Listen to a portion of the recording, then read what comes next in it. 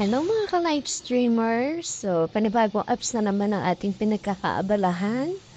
At live na tayo for the call. So, eto nga siya guys, ang ating bagong apps ay ang WeJoy. So, para din siyang Chamet na makaka-earn ka dito sa mga matching calls and private calls. Pero, mas mabilis kumita dito kaysa sa Chamet dahil dito ay ang random call ay 500 beans per minute and then 2,000 per minute sa private call. So, eto nga guys, dahil naka 2 days na naman ako dito sa WeJoy ay makakapag-withdraw na naman ako ng 200k beans sa loob lang yan ng 2 araw. At ito ay $20 and then meron siyang charge na 0.36 so ang ating mawi-withdraw lang ay $19.64.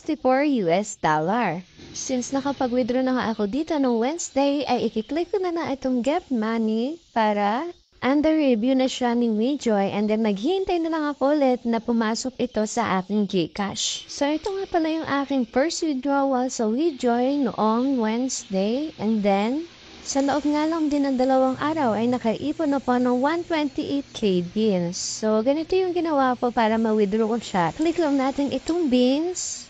And then itong withdraw dahil automatically ay pumasok na siya sa withdrawable money. So punta tayo sa withdraw.